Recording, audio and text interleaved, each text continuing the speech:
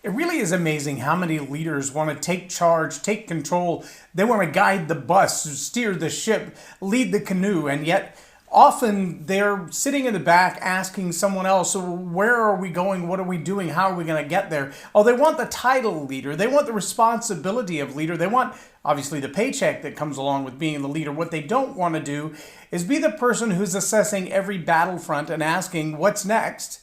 What will we do when we get there? How will we take charge or take control of that arena? Now, honestly, this could be about market share. This could be about dealing with your competition. This could be about dealing with the realities that come along with leading an organization, such as payroll and income and managing personnel. All of these things are individual, for lack of a better term, battlefronts that a leader's got to address. They've got to tackle or take on, and then they've got to take action. And that's what I want to talk about today. How do you figure out where your battlefronts are as a leader?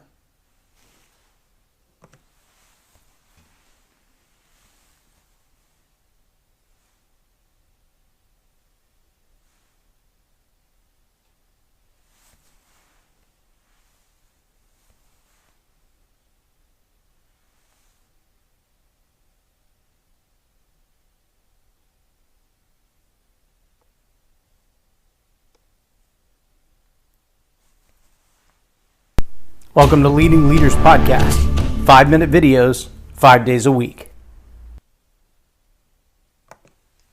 I'm J Loren Norris with Leading Leaders Podcast.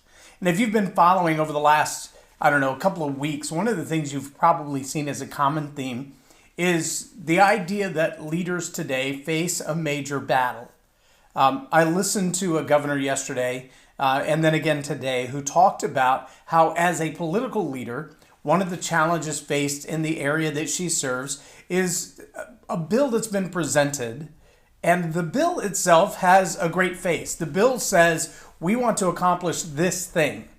The problem is that the bill, while it looks really good on the surface and it has a purpose to be served, and there are much support behind it nationally, not just in her area, but nationally, who say, love what you're doing with that bill, love what it says on the surface, love what it lines out in it.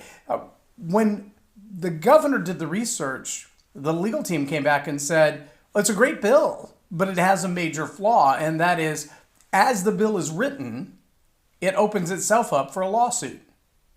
And the problem isn't the bill. You could get the bill passed. You could even get massive public approval in getting the bill passed, and that's awesome. That's great.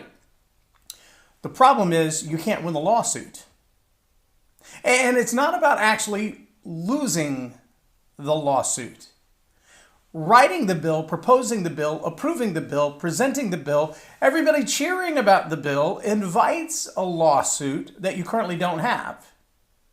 And you probably could eventually win the lawsuit on the merits of the case, but the fact that you would go to court and in the interim between the lawsuit and winning or losing the lawsuit, nothing that the bill intends to accomplish will happen because it all gets put on hold while the lawsuit exists. That is the actual problem. Now, I want you to know that not everyone's willing to say, okay, so this idea of mine, this champion idea that everybody is behind, I could get all the applause in the world for going forward with this new idea, but what you're telling me is that not only will it not effectively do what the bill proposes to do, but it will be delaying the very intent of the bill while someone else argues about the merit of the bill that's already been passed unanimously that everybody loves. See, one of the challenges in a lot of leadership roles is that we unintentionally, as leaders, cut our nose off to spite our face. We cut our nose off to spite our face. See, there's a reality that sits behind truth that it's easy to manipulate. Even what's absolutely true is easy to manipulate. Even things that are definably, provably, evidentially true. That big ball in the sky that appears to be white from here, well, it's because it's white hot on a temperature scale. And the closer you get to it, well, the more you realize that it's just too hot to actually get there. The provability is at this distance. You get any closer to that truth and it's going to destroy you. And that is a challenge because it means no one has actually physically touched the surface of the sun to prove just how hot is it on the surface of the sun. No one has actually gone through the legal processes, the arguments that would be this bill, because the bill's never been presented. But there's enough evidence for people who've done similar things in the past to say it could be dismantled or at least delayed so that its effect never really pays off. Individual leaders, especially in small organizations, often get caught up in the detail of saying, but what I'm doing is true, or what I'm doing is right. What I'm doing has all the evidence in the world that it's the best thing for my team, for my people, for the outcome, for our business plan, for our strategies, for our anti-competition or our HR. It's the right thing to do. And what they lose sight of is the fact that there are outside detractors who have an agenda. It has nothing to do with truth. It has nothing to do with what's right or what's wrong or what's good for your organization or what's not, but only what's good for their organization and their cause and their goals. And they will destroy you to accomplish their goals. They will destroy you to advance their cause. They will destroy you to get you out of the way of what they want to do. I see this across many platforms right now. One of the challenges that we have is identifying the battlefront. So I'm going to zoom out from individual organizations or individual agendas and let's look at, as a people right now, and American people, because that's where I live, but this is true globally as well. Now, we're seeing very similar effects in many, many countries right now. My friends in Africa are dealing with it, both in Nigeria and in the Congo. My friends in Europe are dealing with it, in the UK and in France. My friends in Canada are dealing with it on a very large scale. And that is this. When you run a small business, as I do, a very small business, it's a family-operated business. So all of the players in my organization, with the exception of when I hire an outside contractor, all of the players in my business are family. My wife, my sons, sometimes my daughter. And as such, when new competition comes in and we have to define how will we measure against this competition, what will we do differently, what new ideas are going to come on board, that's a family decision. It's a very small group of people who make that decision, and usually whatever idea I come up with, they're 100% behind it because I'm the one that has to face the challenges and overcome them, whether it's financially or emotionally or actually physically getting the task done. But when you zoom out to a larger organization, that's not a small group of people making a decision. It's a larger body making a decision. And every new challenge that comes in either gets a committee assigned to it or a group of people assigned to it or some other strategy to confront it. So when I was at corporate America, when I served in corporate America in the marketing department, we had to look at everything from pricing strategies to new competition to new levels of competition, not just someone else in the market doing exactly what we were doing, but someone else in the market doing something that competed for the same dollars. If we sold advertising, any other entity in that marketplace that sold advertising became competition to us. They didn't have to sell the same thing we sold. They just had to sell something that vied for the customer's advertising dollars.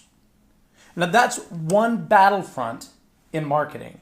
In any marketing, any size organization, you've got all 4 Ps. You got the placement, you got the product, you got the pricing, and you got the promotion.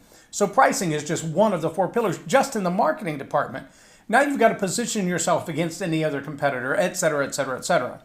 But that's only one place, because when someone comes into your marketplace to sell something similar to what you're selling that's competing for dollars, guess what else they're looking for? Good salespeople. So now all of a sudden you have an HR issue in the same marketplace that you've got a product selling issue. You're going to lose some of the people who've been your best people because the competition wants to take them away if they're really good. They want to have them not only no longer be opponents, but now be their proponent. You follow me so far? So now just in a tiny little sliver of the world of marketing, if you sell advertising and someone else comes in to sell advertising, they're going to take your customers and your best employees. That's the way it works. Now you've got a product issue as well. You've got to be able to deliver a good product and maybe even now a better product, and that battle just continues as well. Well, none of that stops the idea that you still got the tax man asking you, have you done all your records right? You got to have somebody assigned to making sure that all your records are right, that all your legalities are right. Somebody's actually got to be in the product delivery. Somebody's got to be making the thing that you sell, whatever that product or service is. Somebody's got to be innovating, asking, well, we've been selling widget A for X number of years. What would widget B plus 3 look like? What's next? Where do we go from here? What do we offer to sell that we currently don't sell so that we can compete with these guys that are trying to sell something different than what we're selling? And are you following me so far? See, in the world of business, it's not hard to very quickly see all the battlefronts that a leader has to be able to contend with competition, with product, with sales, with HR, with internal. And now all of a sudden you got all these humans that are working for you. Then every human has their own little personalities and their own little issues and their own little attitudes. And don't even get me started on the attitude hack. The concept that feelings plus thoughts generate an attitude, and now you got one in your workplace, and that can derail anything. The only thing more contagious than the common cold or COVID-19, the only thing more contagious than that is an attitude. Get a bad attitude in your workplace, you got a train wreck. But a leader's got to manage all of those battlefronts at the same time. And one challenge of the leader is to figure out which one of those battlefronts is a bigger threat. Which one has a chance to take me out now? Which one has a better chance of destroying my business if I don't contend with it right now? As I was saying, globally speaking, in an American standpoint, right now we've got issues on the border. We've got kids not going to school in public schools because of the threat of COVID. We've got kids that are not being able to take their mask off and have normal human relationships. I have 8 grandkids. I can tell you how responsive those little guys are when you smile at them, when you laugh at them. And it breaks my heart. Just walking through the grocery store, if I bump into somebody's basket, normally, rather than interrupting their conversation or trying to start a new one, I would just smile at them. Well, nobody knows you smile at them now. Nobody knows that you did smile at them because they can't see your smile. So you have to go an extra level to do that. Now, all of these are just little battlefronts, like your marketing competitors, like your HR, like your internal attitude. All of these are little battlefronts. In America, we've got a border issue. We've got a gun control issue. We've got the truth in the media issue. We've got what's really going on in politics issue. We've got the COVID-19 issue. We've got people who can come across the southern border into the United States from anywhere in the world unchecked, no COVID checks, no actual reason for being here except they want to be here. But if you're in one of the northern states and you go to Canada, you can't come home without a passport and a COVID check, and the list goes on and on and on. So it's harder to get home if you leave the country than it is to get into the country that you don't belong in or that isn't your home yet. You see the challenge there. But that's just one. And that really is my point. As leaders, we have to look at every one of those issues, and every one of those issues has human life involved. Every one of those issues has human feelings and emotion and futures involved. Every one of the issues that we have to address as leaders, there's somebody else to play. It's not just us. It's not just our opinion. We don't just get to decide what's going to happen with that. We've got to be legitimately concerned about everybody else involved. As leaders, we've got to figure out which one of those battlefronts will we attack first or next, or what's going after them. What is the strategy when we get there? What will we do when we get there? And one of the things that I see across the country right now is a whole lot of people who, for lack of a better term, have taken a back seat. They've just leaned back in their recliner and crossed their arms and maybe even crossed their feet and crossed their eyes. They've given up.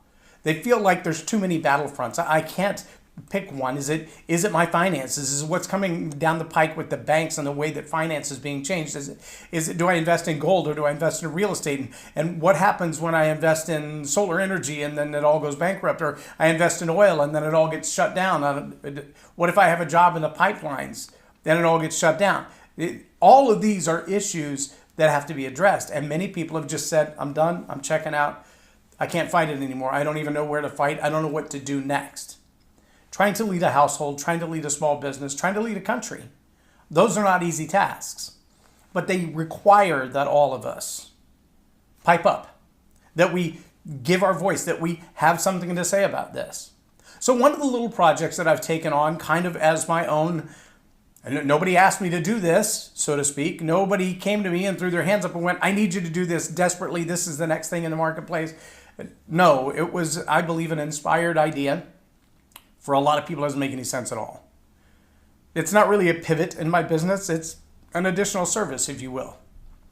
But I want to give voice to people who have thrown their hands up. People who've just crossed their arms and said, nobody's listening to me anyway.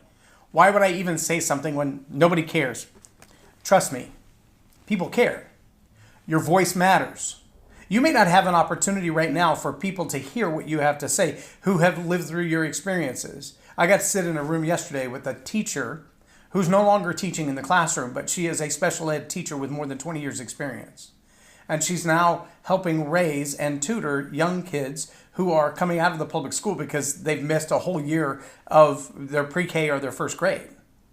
And she said, I just want you to know that the heartbreak with these little guys who haven't had a hug, they haven't had the affirmation, they can't see a smile, they can't read the teacher's lips when they're having a hard time hearing, they've got these plastic barriers between them and their teacher. And she said, these little people, the young boys and young girls who are in this condition are having a really hard time with their human relationship skills because they've been shut down so harshly from what would be the norm of their very early human development series or season in their life. It's just gone. Okay, you're not hearing a lot about that in the media. They don't have time to discuss that, or they don't see it as a big concern. I believe people like that need to have a voice, and it needs to be heard, and it needs to be shared in as many places as possible. So part of what I want to do with the Story Power TV is to give that voice. I want to do a First Amendment tour where literally we just set up in a parking lot like a rally or whatever. And I don't care what you have to say. I may not agree with it. I may not even like it. I might even take offense at it.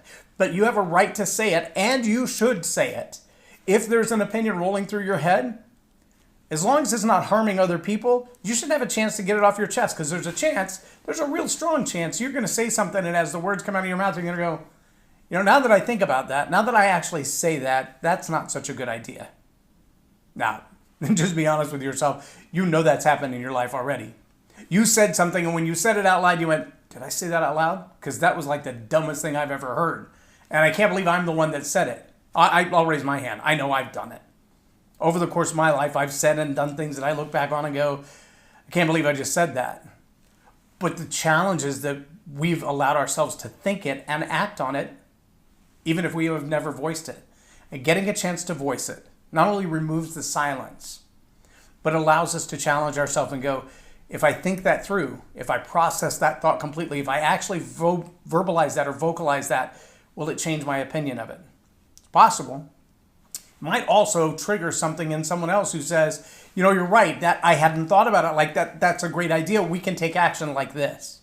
Or I was thinking the same thing, and here's what we've already started to do. There may be solutions that are already underway that you're just not aware of, because right now there's so many different fronts that we're having to contend with as families, as leaders, as a country, around the world. We have people starving to death in various places of the world, but we're so concerned with the investment in masks and vaccinations and PPE that we haven't had a chance to send them the money for food. Or we haven't had a chance to go and do what missionaries would normally go and do, or that humanitarian aid would normally go and do, because we're all locked down. See, these are each different battlefronts. We've got to contend with them. And as leaders, we've got to ask ourselves, which front can I attack first? Where can I go next? What can I do immediately that will make an impact? Oh, well, for me, what I do well is encourage people to speak. Speak up, share your voice. Even if I don't like it, even if nobody else likes it, share your voice. It should be heard. And what I do have access to is a platform, a stage, podcasting ability, and microphones. And so that's how I'm going to attack this battlefront. I know there are a lot of fronts out there, and I can't attack all of them, and I can't do something about all of them, but I can give people an opportunity to be heard, to take to them, to present for them, to prepare for them a platform, a stage. Step up, give you a mic, I'll give you 5 minutes, tell me what you think. That's how I plan to attack the battlefronts of the many that we're facing in the world right now, of the many that we're facing in our businesses and our families right now. That's the one that I believe is most important, that I have the immediate access to attack, to give a voice. So I will call it the First Amendment Tour, and I will start with that Very, very soon, I'll make another announcement about it. But I want you to ask yourself as a leader, where can I make a difference right now? What can I do today? Is it your expertise to talk about the vaccinations? Is it your expertise to talk about the impact on young children? Is it your expertise to talk about the impact in society? Is it your expertise to do virtual trainings on leadership? I'll probably be offering some of those through the summer as well. One of the challenges that we all have, though, is that we cannot sit back and do nothing. It's too late to do nothing. Something's got to be done in the realms of influence that we have, in the relationships that we have right now. Whatever that something is in your life, whatever you can do, you should do. Whatever battlefront is easiest for you to access and make a true impact, do it now. Don't wait another day. Get busy. I'm J Loren Norris with Leading Leaders Podcast for Tell It Like It Is TV. Have a blessed day.